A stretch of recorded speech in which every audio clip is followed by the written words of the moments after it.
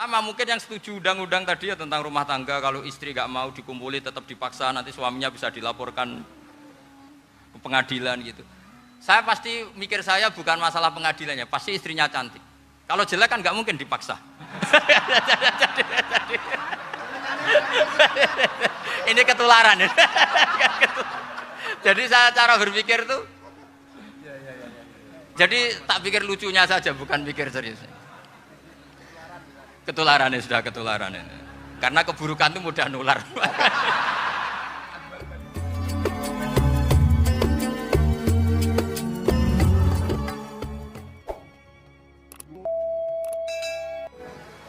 Assalamualaikum warahmatullahi wabarakatuh.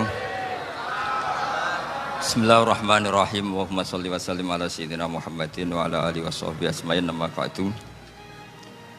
Sedanten ingkang kula hormati wabil khusus teman bapak kula Kiai Haji Agus Ali Masyuri.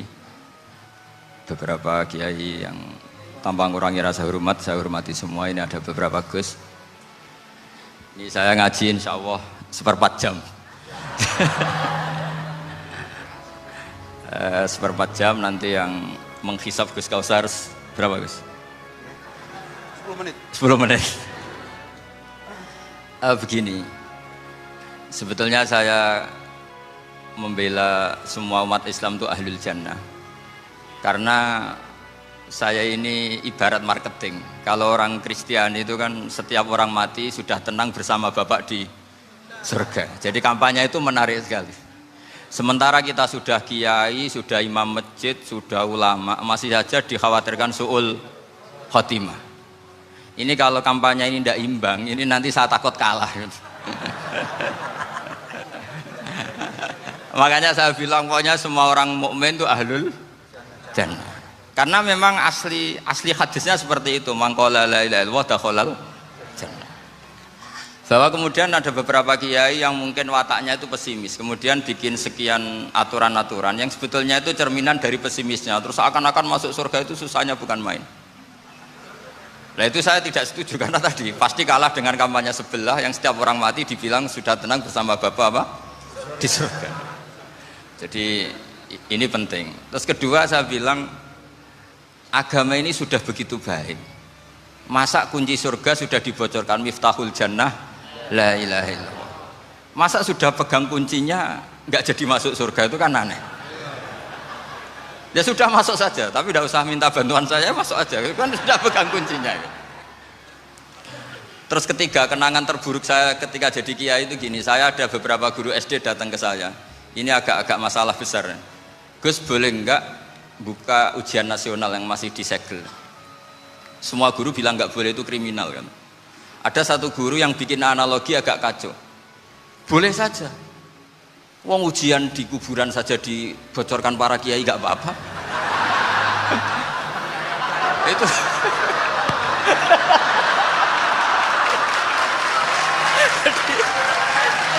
Tapi ini kriminal ya.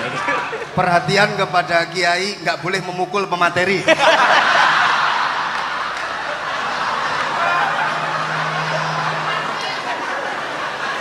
Jadi tentu itu analogi yang salah kan. Marrobuka kan, Tuhan kamu siapa, nabi kamu. Tuhan kamu siapa, nabi kamu siapa, imam kamu siapa. Ini kan sudah dibocorkan oleh para kiai. Artinya apa? Nak raiso jawab kebablasan gitu. Terus guru ini berpikir kalau ujian akhirat sekrusial itu saja bisa dibocorkan, kenapa ujian nasional tidak boleh? Tentu ini kias yang salah, saya tidak ngajari seperti itu. Tapi saya ngajari ke kalian betapa mudahnya masuk surga. Kunci jawaban sudah dikasih, kunci pintu masuk sudah dikasih. Kok sampai tidak masuk, ini kebablasan. Paling salah gurunya. Jadi ini kenapa saya sering cerita orang mukmin semuanya itu min ahlil jannah, itu saya jamin. Sama tidak usah takut su'ul khotimah, tidak usah takut berlebihan seperti itu. Karena setahu saya, setidaknya saya mewakili ulama zaman ini. Rata-rata guru kita ini bermadzhab Syadzili dalam berkeyakinan berpikir tentang Allah. Di antara ini yang mulai saya ngomong serius, supaya tadi kan guyonannya sudah diambil Gus Reza sama Gus Kausar. Saya tahu kenapa mereka guyon. Kalau ngomong serius takut kalah sama saya.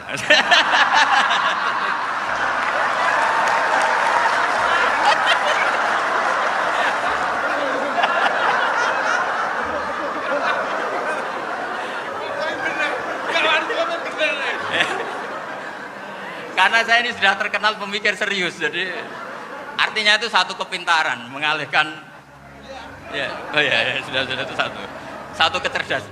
Tidak hanya ngalim tapi Betul cerdas. Jadi itu bukti beliau-beliau ini cerdas itu.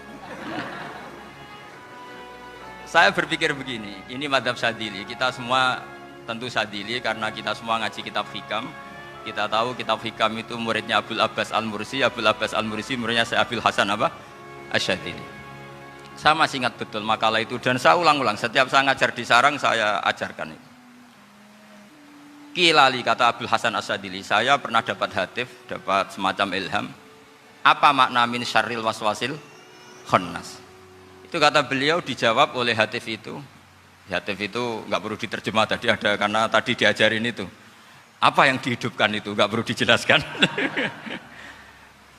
kata hatif tadi, waswasun yadkhulu bainaka wa baina habibika.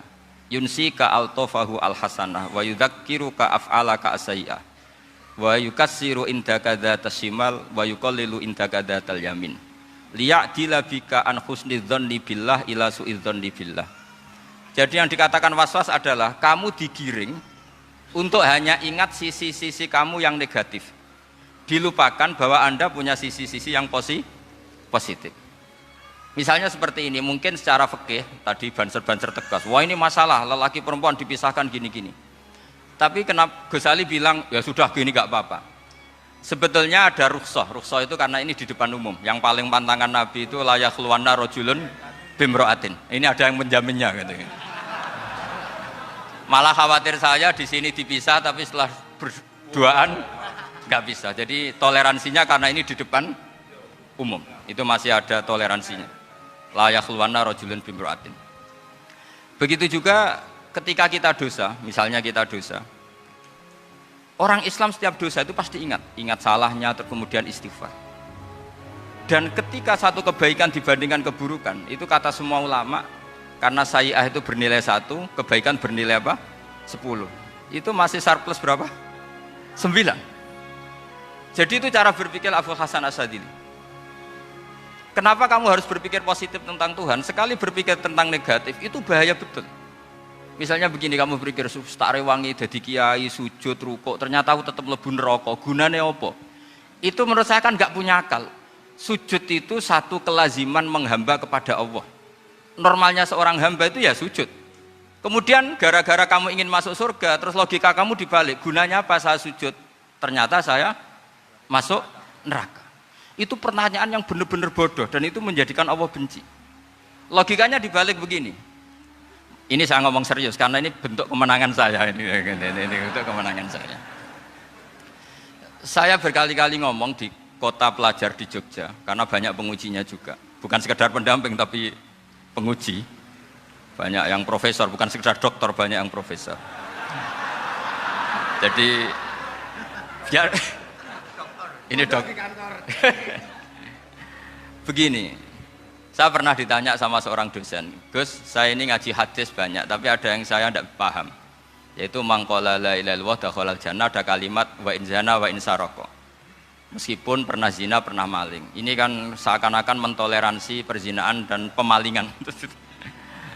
Terus saya bilang, oh makna hadis itu seperti ini. Jadi kebenaran absolut, kebenaran yang mutlak itu tidak akan terganggu oleh status perilaku seseorang. Saya berkali-kali memberi contoh. Orang yang ditangkap KPK akan bilang 1 + 1 2. KPK-nya juga bilang 2. Rivalitas dalam politik, Pak Prabowo ya bilang 2, Pak Jokowi juga bilang 2. Orang yang zaniyah, yang lonte pun akan bilang 2. Muftinya juga bilang 2. Ketua MUI-nya juga bilang 2. Artinya gini, kebenaran yang absolut adalah kebenaran yang siapapun akan meyakini seperti itu. Seperti 1 + 1 2. Kamu punya musuh bilang 2. Kalau ibu-ibu ini punya maru ya marunya bilang 2 tadi tambah mama. Enggak tahu saya terjemahnya apa tadi. Nah, kebenaran yang absolut itu kebenaran yang siapapun pasti mengakui. Dan uniknya begini, saya pernah ngaji acara himmah, acara pondok sarang di Demak. Kalau kamu bilang 1 + 1 menjadi 2, untuk mengatakan 2 itu kamu butuh hadiah enggak? Mereka semua jawab enggak. Kita semua enjoy saja mengatakan tembok itu putih. Kenapa? Karena memang putih. Kita mengatakan 1 + 1 2 karena memang kita tanpa presentasi dapat hadiah, dapat penghormatan. Kenapa untuk mengatakan Allah itu Tuhan, kita butuh surga? Memangnya kalau tidak ada surga, Allah tidak jadi Tuhan? Ini problem orang soleh-soleh yang terlalu pesimis. Makanya nanti orang-orang soleh itu masuk surganya berat. Tapi kalau orang alim lebih gampang kira-kira seperti itu. Iya, karena kan imannya lebih bagus. Dalam hadis qudsi, Allah ini yang dibuli orang-orang soleh. Laulam akhluk jannatan wala naron alam akun ahlan an uto'a, dalam hadis qudsi itu. Kalau saja saya tidak menciptakan surga dan neraka, apa saya tidak jadi Tuhan yang perlu ditaati? Apa kalau kamu tidak saya kasih uang 1 juta terus bilang 1 tambah 1 11? Enggak kan? Tetap bilang berapa? 2. Kalau kebenaran absolut yang 1 tambah 1 kamu bilang 2 meskipun tanpa mendapat hadiah. Kenapa untuk bilang Allah Tuhan kamu butuh hadiah surga? Itu kan serah ikhlas belas. Makanya saya terus mengajarkan ikhlas. Ikhlas itu bisa dilatih dengan akal, dengan pikiran, bil ilmi lah. Harus dilatih. Nah di sini ini momen atau makna yang mestinya harus difahami wa inzana, bahwa kalimat ini sah meskipun dilafatkan seorang yang pernah zina. Sama seperti 1 tambah 1 2 sah, diucapkan siapa saja sah. Dan siapapun akan mengucapkan itu secara ikhlas. Ini penting saya utarakan. Sehingga setelah ada firqah-firqah takfiri yang mengatakan orang megang keris itu syirik, ke kuburan syirik, ini syirik. Itu salah besar. Salahnya adalah tadi kalimat-kalimat atau kebenaran-kebenaran absolut ini sudah jadi sibghatullah man ahsanu minallahi sibghah. Kalimat ini begitu absolut di hatinya orang mukmin. Sehingga ketika terganggu oleh hal-hal yang adat istiadat kayak pegang keris, kayak apa, ini tidak mengganggu. Tetap kualitas iman ini di atas keyakinan adat membawa apa keris. Kalau orang membawa keris menjadi syirik karena percaya sama makhluk. Orang misalnya kejawen kalau nggak bawa keris nggak nyaman. Orang kota itu kalau nggak bawa ATM juga nggak nyaman. Itu tidak dihukumi syirik. Kamu pergi lupa bawa HP nyaman enggak? Enggak, kenapa enggak dihukumi syirik?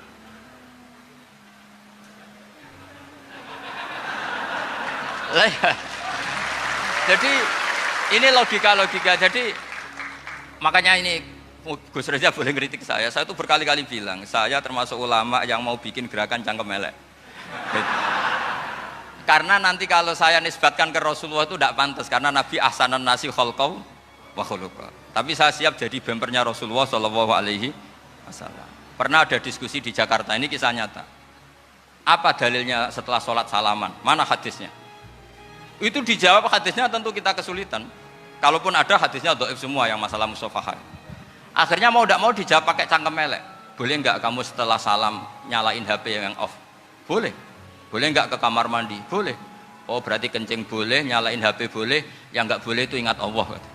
Karena mereka mengkritik wiridan, ngeritik salam. Akhirnya mikir deh, ada enggak hadisnya orang setelah sholat nyalain HP? Enggak ada kan? Tapi mereka nyalain HP enggak hambatan, tapi untuk salaman masalahkan. Ke kamar mandi boleh, tapi untuk wiridan enggak boleh. Akhirnya mereka sadar, oh iya. Lama-lama dibisiki gini yang kelompok itu, kamu itu korban aliran supaya kamu gak ingat Allah, ingatnya HP-nya. Sehingga orang wiridan kamu kritik, orang nyalain HP tidak kamu kritik. Itu kelompok itu adalah kelompok orang-orang yang supaya orang Islam itu lupa Tuhannya. Itu gerakan cangkem elek, tapi jadikan orang sadar. Jadi ini penting. Jadi kalau kamu tidak bisa bela agama dengan jalan yang lurus karena tidak bakat gitu, nggak apa-apa pakai cangkem elek tadi, karena nggak mungkin gerakan ini dinisbatkan kepada Rasulullah Shallallahu Alaihi Wasallam. Kalau soal sanad, saya punya sekian sanad tentang itu, tapi tidak usah kamu ikuti. Ada orang tanya, ya Pak Kiai, kalau setan dibakar di neraka panasan enggak? Ya panasan. Lo kan setan dari api, ngapain harus panasan? Kan materinya sama. Terus Kak Kiai tadi nggak kesulitan, dia ngambil pasir, disawur di wajahnya. Wah sakit Kiai, kamu kan dari tanah, kena tanah kok.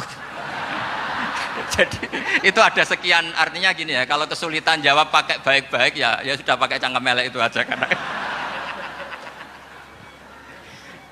Tapi tentu kan gerakan ini tidak mungkin dinisbatkan kepada para nabi. Tapi saya pastikan meskipun nggak bisa dinisbatkan kepada para nabi dari segi cangkem elek tadi, tapi secara semangat itu sama. Saya punya sekian contoh. Bener Gus Riza tadi gojok saya sengawur-ngawurnya itu masih punya sanad. Itu pas saya ngawur pun masih punya apa? Sanad. Nabi Ibrahim itu ketika faja'alahum juzatan illa kabirallahum itu si berhala paling besar dikasih kapak. Ketika mereka geger, ini siapa yang berhala-berhala kecil? Kata mereka, sami'na fata yadhkuruhum yuqalu lahu Ibrahim. Ya kira-kira Ibrahim lah gitu. Terus setelah Ibrahim didatangkan, siapa yang melakukan ini semua?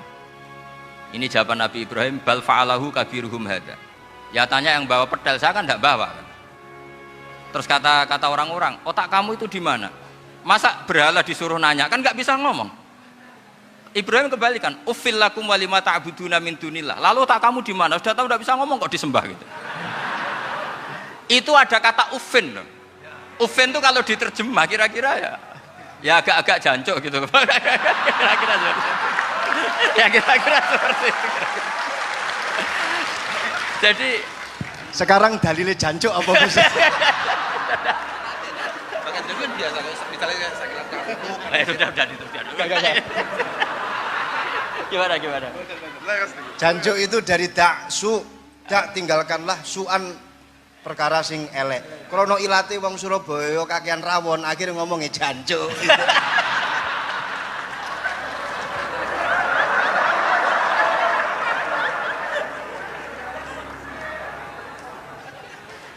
Jadi mulai dulu melawan kebatilan itu harus pakai logika yang vulgar. Karena memang nggak mungkin dengan bahasa-bahasa priayi itu nggak mungkin. Dan ini penting saya utarakan. Nah, kalau nanti nggak mungkin dinisbatkan kepada Rasul karena Nabi adalah ahsanan nasi khalqa wa khuluqa, kita yang ngambil alih saja. Gus Reza, saya, Gus Kaustan ini cara cangkem elek kan pantas. Luas. Selain bakat ya sudah natural. Karena memang itu cara kita menjelaskan kebenaran. Saya ulang lagi, itu cara kita menjelaskan apa? Kebenaran. Mau tidak mau. Saya pernah ditanya sama seseorang, Gus, beberapa nabi itu kan poligami itu bukti hipersek, karena yang tanya itu orang nasionalis yang nggak pati senang Islam. Terus tak balik tanya, perempuan itu makhluk lemah enggak? Ya lemah. Kalau nolong lama satu itu gimana? Ya baik. Kenapa nolong dua jadi tidak baik? Harusnya kalau nolong tiga tidak baik. Tapi saya tidak dukung poligami enggak. Ini cerita saya. Setidaknya mereka jadi ingat.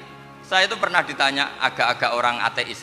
Dia benci Islam tapi neliti Islam. Pertanyaan kedua, kenapa dalam perang itu seakan-akan Nabi itu perampok, hartanya orang kafir disita kemudian menjadi ghanimah, itu kan kayak ngerampok. Terus saya tanya gini, kalau ada penjahat ke rumah kamu kemudian pakai senjata api, setelah kamu ringkus, itu senjata api kamu kembalikan apa kamu sita? Oh ya saya sita, kalau tak kembalikan dipakai ngerampok lagi. Ya sama seperti itu, kalau kekuatan mereka dikembalikan akan dipakai kekuatan mereka lagi. Jadi ya lagi-lagi ini kemenangan orang serius. Karena nanti guyonnya sudah dintekno sama Gus Safa sama Gus Riza. Nah, kenapa saya ngajar begitu rileks, begitu santai? Karena pikiran saya sederhana. Fa innal uqula muttarratun ila qabilil haq. Akal sehat pasti dipaksa menerima apa? Kebenaran. Sehingga kebenaran itu tidak usah kamu ngomongkan secara serius, secara tidak perlu. Kebenaran itu mudah diterima. Saya itu pernah ngaji berkali-kali di Jogja di mana-mana sampai ada buku seorang dokter nulis tesisnya itu bangga lagi menjadi muslim setelah ngaji saya itu, karena saya menerangkan itu ringan. Orang Islam itu harus mencintai Allah. Ciri utama cinta itu tidak tegang, rileks. Saya bilang begini, kalau kamu pernah 1 tahun digratisi orang rumah, makanan, kamu kira-kira itu mudah nggak mencintai orang yang berjasa sama kamu minjemin rumah dan kasih makan gratis? Mudah kan? Apalagi kita ini mudah mencintai orang yang minjemin mobil 1 tahun, ngasih rumah 1 tahun, apalagi selamanya. Kenapa kita tidak mudah mencintai Allah yang memberi kita bumi, air, oksigen, semuanya kita dikasih Allah? Akhirnya mereka mikir, wong mencintai seseorang yang ngasih dalam durasi 1 tahun saja mudah, apalagi mencintai Allah yang ngasih kita tanpa batas. Itu disebut walladzina amanu asyaddu hubbal lillah. Orang mukmin itu mudah sekali mencintai Allah. Caranya dilatih tadi. Kita mudah mencintai orang yang berjasa sama kita. Kenapa tidak mudah mencintai Allah yang tentu jasanya lebih besar? Nah, karena akhir-akhir ini banyak orang yang terlalu nazir, terlalu kata Nabi kan basyiru walatu nafiru yasiru walatu as siru. Sehingga saya bikin gerakan. Pokoknya semua orang mukmin pasti masuk surga. Nanti soal ada kesalahan-kesalahan kecil yang menjadikan orang su'ul khotimah itu sifatnya kehati-hatian. Jangan menjadi hukum. Hati-hati itu tidak menjadi hukum. Kalau kamu nyupir hati-hati itu bukan berarti pasti kecelakaan, enggak. Hati-hati itu ya hati-hati saja, tidak menjadi hukum. Ini penting saya utarakan karena kubu sebelah kampanyenya sudah tadi, setiap mati mesti tenang bersama Bapak di surga. Sementara kita mau kampanye, kamu sholat tidak mesti diterima, haji tidak mesti diterima, jadi kiai tidak mesti masuk surga. Coba kalau kita kampanye gitu terus, yang mau jadi muslim itu siapa? Jadi ini sudah tak perhitungkan matang-matang, saya milih macam seperti itu. Ya ini saya pikir sudah, ini pembandingnya supaya punya waktu. Saya suka sekali. Nah ini yang sesi terakhir ya, sesi terakhir. Saya akan cerita fikih karena Nyun sewu Gus, ada iklan sebentar dari ibu-ibu, pentolan mic kurang dekat ke mulutnya Gus Baha. Sehingga suaranya tidak terdengar sampai ke belakang. Oh, gitu, pentolannya didekatkan Gus ke mulutnya. Ini kalau ngomong konotasinya itu mesti nyerempet. Sudah apa ya? Sudah ahlinya di situ. Ya malah ada di situ.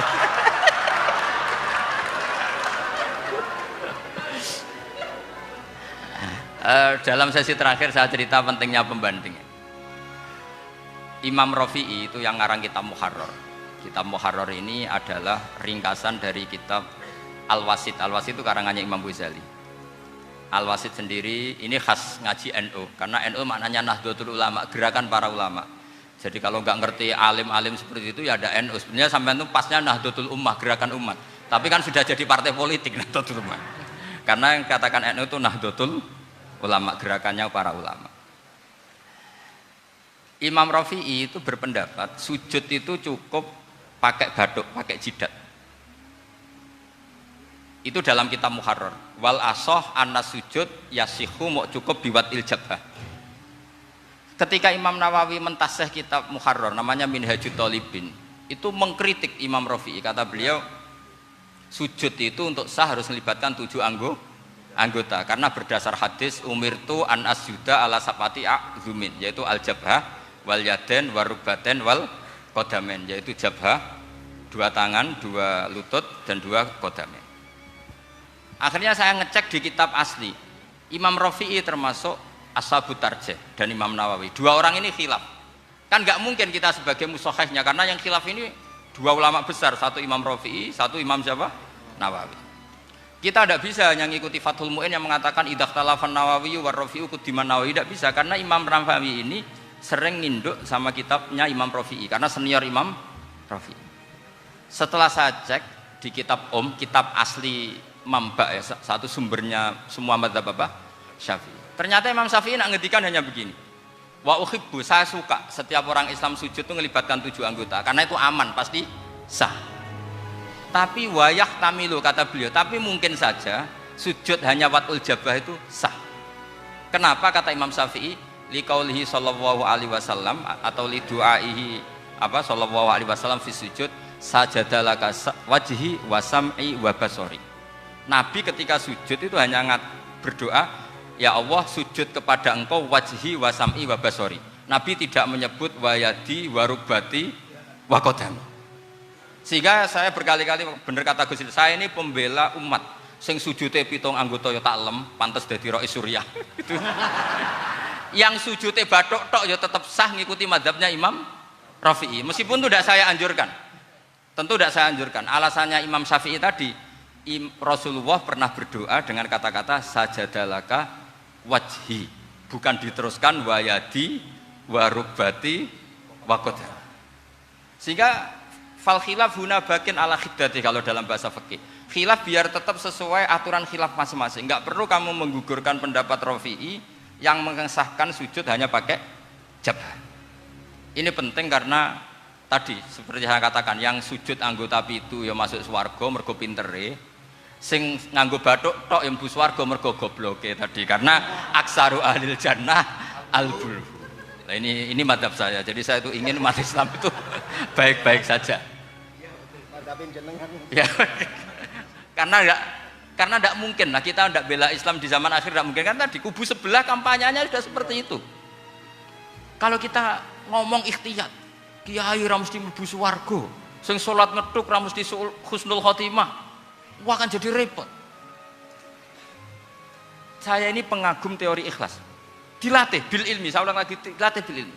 Saya ini malunya tadi, saya mengatakan 1 tambah 1 2, itu meskipun tidak ada yang memberi hadiah, tetap saya katakan 2. Saya mengatakan air itu dingin, tidak ada yang ngasih hadiah, saya akan bilang kalau air itu dingin, kalau api itu panas. Untuk hakikat-hakikat seperti itu saja saya jujur tanpa ingin imbalan. Tapi ketika hakikat mengenai Allah kok saya minta imbalan surga dan neraka, ini apa-apaan? Kira-kira gitulah, Rois Suriah macam apa gitu.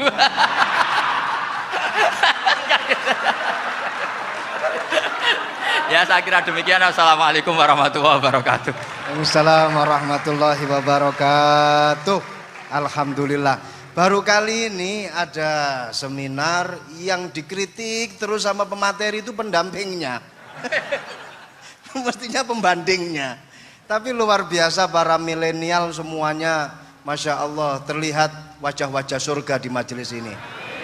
Walaupun toh yang hadir tidak semuanya milenial, ada post milenial juga di sini. Ada yang Gus dan juga ada yang Kiai. Kalau Gus biasanya kan masih bisa tolah-toleh, kalau Kiai harus fokus. Tapi yang paling fleksibel di PWNU Jawa Timur, yang paling enak itu adalah beliau, Kiai Haji Agus Ali Mazhuri. Enaknya pripun? Dadi kiai ya iso, dadi Gus ya iso. Itu posisinya paling enak di antara pengurus-pengurus yang lain. Tepuk tangan untuk beliau, enggak apa-apa. Langsung saya buka pertanyaan, yang ditanya 2 orang, jangan pendampingnya. Yang ditanya 2 orang. Kalau enggak Gus Baha, Gus Kausar. Saya hitung sampai 10, nggak ada pertanyaan, kita tutup dengan doa. 1, 10. Ada yang 2 mawon nggih, pertanyaannya 2. 1, monggo. Yang perempuan, saya ingin yang perempuan, monggo. Sudah 2, silakan.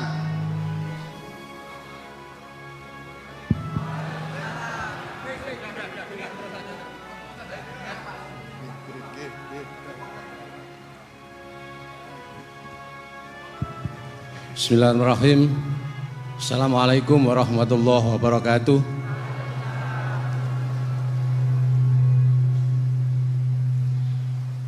Yang saya ingin tanyakan kepada Gus Baha, saya itu sering ngaji lewat YouTube panjenengan Gus.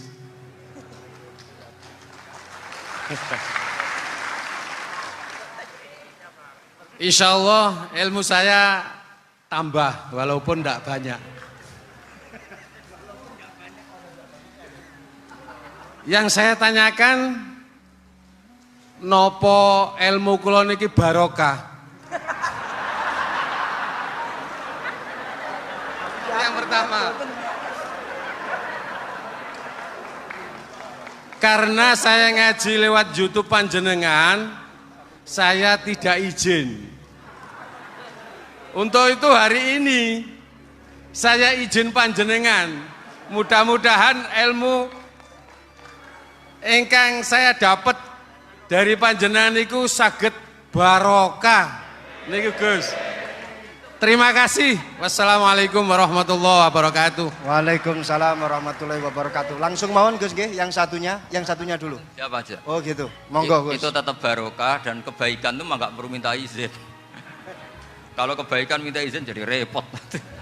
Jadi kalau dalam kitab fikih disebut iktifaan bil idzni syar'i, karena syara akan selalu memberi izin sama kebaikan. Itu udah hanya masalah YouTube sampean. Tadi melihat wajah Gus Ali ibadah, pamit dulu. Nanti kalau ada orang alim lewat mau lihat juga pamit dulu. Lama-lama mau baca sholawat, ya Rasulullah pamit dulu mau baca sholawat. Jadi semua kebaikan itu cukup iktifaan bil idzni syar'i. Ya jelas ini ya. Terima kasih. Jangan lupa pulsane tuku dhewe lek ndelok YouTube. Wifi-nya juga jangan nyolong. Harus passwordnya izin kepada yang punya wifi. baru nanti 100% barokah. Mbak yang belakang bisa berdiri, yang mau tanya tadi. Ya, silakan. Bismillahirrahmanirrahim. Assalamualaikum warahmatullahi wabarakatuh. Mohon izin Yai Gus, saya di sini mau tanya, selain sebagai pelajar santri, saya juga sebagai seorang mahasiswi di salah satu universitas di Surabaya. Yang saya tanyakan sebagai pemuda milenial, kita semua tahu bagaimana keadaan demokrasi negara Indonesia saat ini. Yang saya tanyakan, bentuk dari hubul waton minal iman. Hubul waton di sini, bolehkah saya sebagai seorang mahasiswi menyuarakan pendapat saya, berjuang bentuk ijtihad demi keadilan berupa demonstrasi?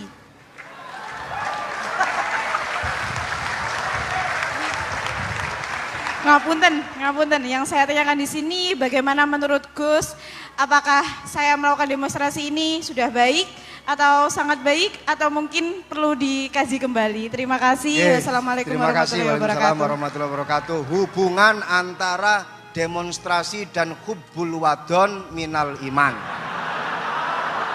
Hah? Oh ya, hubbul waton minal iman. Monggo Gus.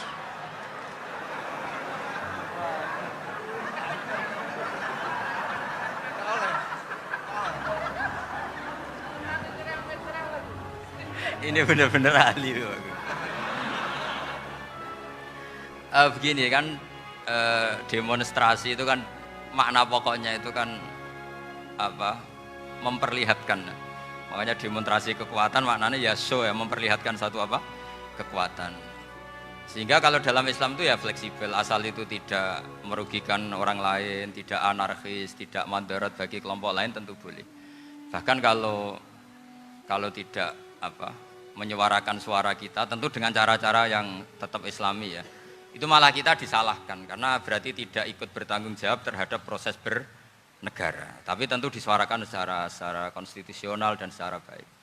Kemarin pas demo di Jogja yang ramai itu masalah rancangan KUH itu, rektor UI juga ketemu saya, pamit Gus mau demo aja ya, tapi yang baik dan sopan karena begini ya, di Quran itu ada ayat walau la daf'uhinna safa'atuhum bi ba'dil fasadatil ard. Jadi kekuatan manapun itu harus dikontrol. Tentu kontrol itu macam-macam. Tapi tentu saya ulang lagi, jangan anarkis, jangan melakukan sesuatu yang kontraproduktif. Jadi menurut saya pernah ditanya, Gus kalau pemerintah itu didukung 90% rakyatnya bagus enggak? Ya bagus, berarti presidennya hebat, didukung mayoritas rakyat. Kalau hanya 55 ya bagus. Presidennya biar tahu, biar hati-hati karena dipilih separuh lebih sedikit gitu. Lah kok bagus semua? Ya emang harapan kita sama Allah semuanya baik semua kata saya gitu.